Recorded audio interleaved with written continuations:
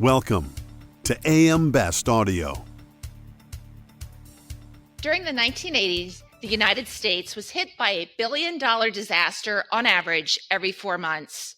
Today, those costly events are much more commonplace, and the nation is impacted by a billion-dollar natural catastrophe nearly once every 3 weeks, according to the 5th National Climate Assessment. In fact, between 2018 and 2022, the U.S. experienced $89 billion events, according to the congressionally mandated report on climate change impacts, risks, and responses that provides the scientific foundation to support informed decision-making across America. I'm Lori Chortis for AMBest TV, and joining us now to discuss that, other findings from the report, and the impact of climate change on the insurance industry is Charlie Sidoti. He's the executive director of InnSure. Charlie, welcome. It's great to see you. Thank you so much for joining us. Hey, Lori, thank you very much for having me here. So, Charlie, what's driving the rise of billion-dollar disasters in the U.S., and what financial toll are extreme events having on the nation annually? The changes are being driven primarily by climate change. Risk is going up. Your numbers show that risk is increasing. But in addition to the frequency of the losses, they're also larger. Inflation and where people are living, all these things are coming together to create this storm of increasing both frequency and severity of losses that are affecting communities and the industry. Which U.S. communities experience high exposure and vulnerability to those events, and why?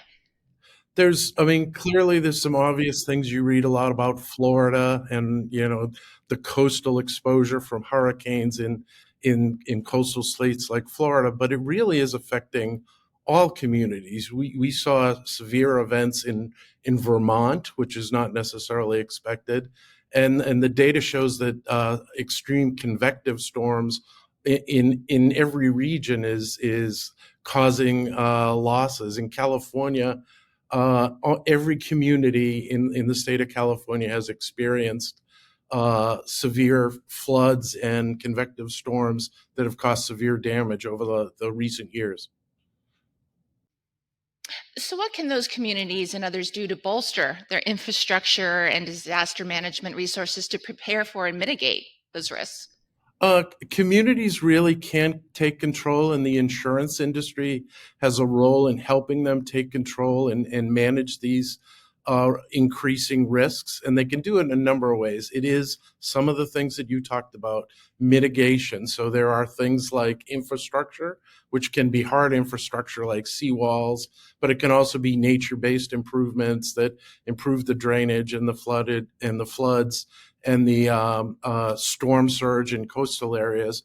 But also things like, one of the things that we are pushing is this idea of community embedded insurance. So how can you work with the industry to close the protection gap, to provide the financial resources that the community needs following a severe event, which can help them recover faster and better. Are you seeing growing demand for that? What are you seeing in terms of? Community embedded insurance it's a very innovative model, and what InnSure does is, we are trying to innovate and think of new ways to deal with these increasing risks, and there have been a number of pilots. And what community embedded insurance essentially is taking different aspects, like new products, like parametric products, micro insurance products, but also new distribution approaches like group insurance at the community level, similar to way employers work, and even new capital stacks where private capital and government capital are mixing together to support the loss reserve. So this innovative strategy that brings a number of innovations together can be a solution to help make communities more financially resilient. And you're seeing a number of pilots going on, and also a lot of interest in new ways of delivering insurance that will help communities and also build great markets for the insurance industry. Customize your data experience. BestLink now offers an interactive company dashboard that provides company-level intelligence in a fast, user-friendly interface featuring interactive tables, charts, and Sparkline performance histories. Customize the dashboard tiles to prioritize the insurer ratings, data, and analytics that best support your workflow. AM Best. Our insight, your advantage. What are we seeing today in terms of property damage across U.S. coastal communities? And how does that compare to what we've seen in prior years? And what areas of the nation are we seeing a rise of those losses, and what's driving that? You're definitely seeing increases in the aggregate economic losses for catastrophes globally in the 90s was about $30 billion. We are already at $300 billion, and we're not even through the year. And that is really the new normal. So they're clearly increasing. And it is coastal, like I said, but it is also, it is spread across, there were fires in Maui, the severe convective storms across a number of different geographies is adding to that. So the financial impact is severe for sure. And how about the impact for the insurance industry? What impact is the rise of these and other costly extreme events having on the industry? And what can insurance professionals do to better analyze and communicate those risks and help insureds mitigate and alleviate those concerns and losses? The world really needs the insurance industry to help solve this problem. And it is difficult, obviously, because the size and scope of the industry.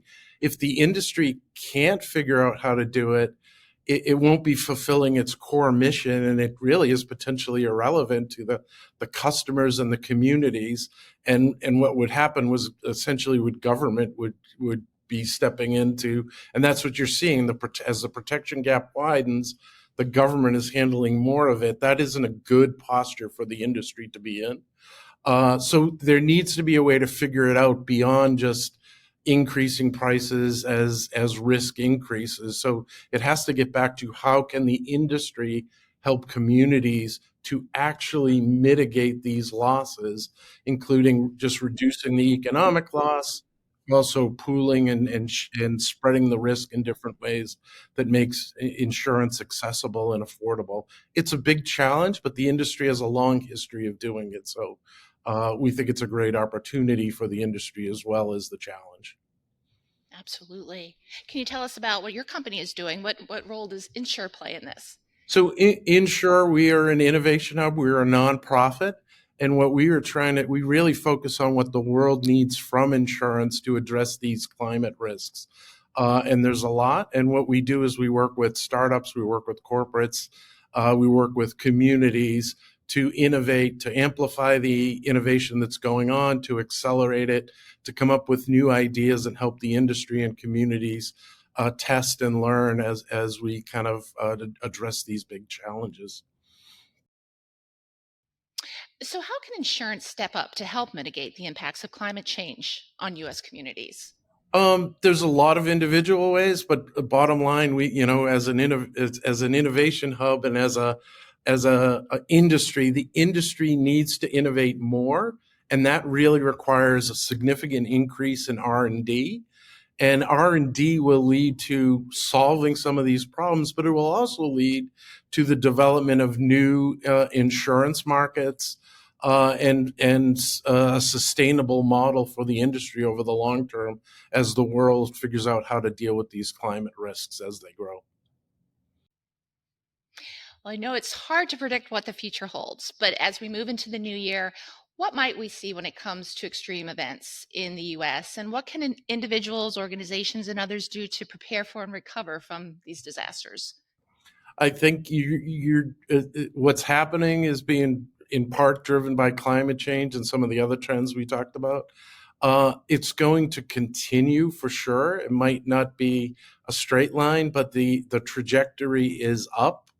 And that means that the industry and communities need to get together to figure out how to deal with it. And there are lots of opportunities to do that as well. And I think you're going to see it it not only increasing, but you're going to see new types of risks as well, like just extreme heat. People are going to have to deal with some of the extreme heat and the personal challenges and the life challenges associated with things like that. Absolutely. Well, Charlie, this has been so informative. Thank you so much for taking the time to speak with us today. Thank you so much. It was great to be here, and appreciate the opportunity. That was InnSure Executive Director Charlie Sidoti. For AM Best TV, I'm Lori Chortis.